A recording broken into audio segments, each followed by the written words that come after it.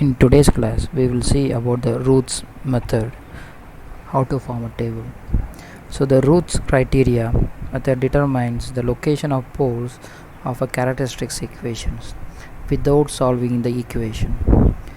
The necessary and the sufficient condition for a system to be stable is all the term in the first column of Routh array must be same sign. If there is a sign change, then it becomes an unstable system.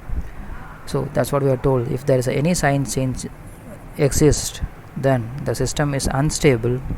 The number of sign change equals to the number of root lying in the right hand of the S-plane. So the transfer function again we can divide as C of S divided by R of S into, in the numerator is zeros and the denominator will be of poles. Let's take the transfer function as denoted here. Here we can see it is denoted as a naught s power 4 plus a1 s cube plus a2 s square plus a1 s plus a4 s power 0. So the first step in the Routh's table is we have to identify the highest power. From the highest power we have to start filling the table. So it starts, the first column fills only the powers of s. So s power 4, then the second row of the first column will be s cube, s square, s1 and s0. So this is how we will fill the first column. Then in the next step,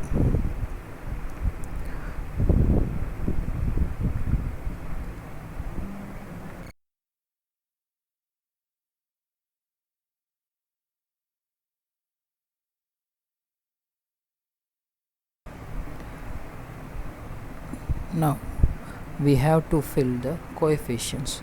The coefficients here are a0, a1, a2, a3 and a4.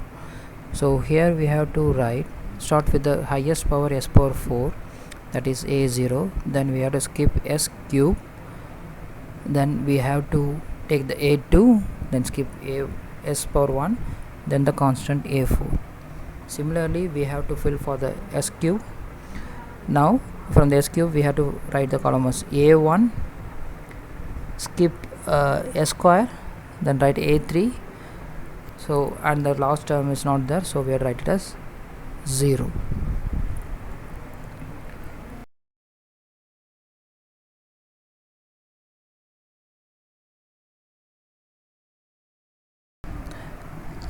That is the coefficient b1, b2, b3. We have to take the s power 4 row and s cube row. So the multiplication is, so minus a0 a3 plus a1 a2 divided by a1. So it is a determinant what we have, but there is a negative sign will be there. That will be our b1. Similarly for b2 it is minus a0 into 0. Here the value is 0 right now, and a1 into a4 divided by a1. So thereby we can fill the values. So similarly we go for the next row to fill, that is s power 1. So we have to take the previous two rows, that is s square and s cube.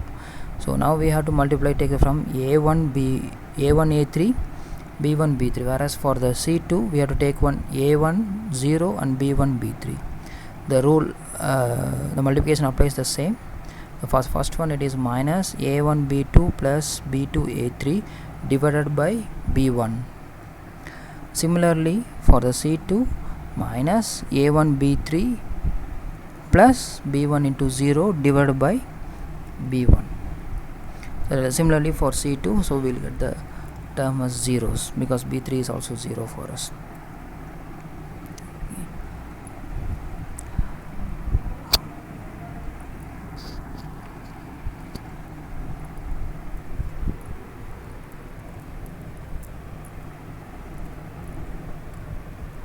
Now we will fill the last one, that is s power 0. Make sure that we have to fill till the last row s power 0. So it is given as d1, d2, d3. Here there is a small correction is there. The denominator for the matrix will be c1, not the b1. So I request everyone to note down this one.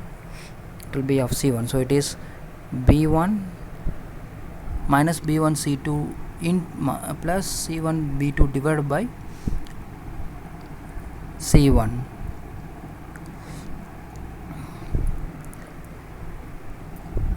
So that is for d1. Similarly for d2. So once you have found out these matrix, so this completes the entire table for Routh. Remember, we have to start from S4 till S0. We have to complete the rows, and all the columns we have to make sure that we have completed it. If the values are not there, put zeros there. So this completes our row. Now we'll just give the sign of the first column, that is what we have written: A0, A1, B1, C1, D1.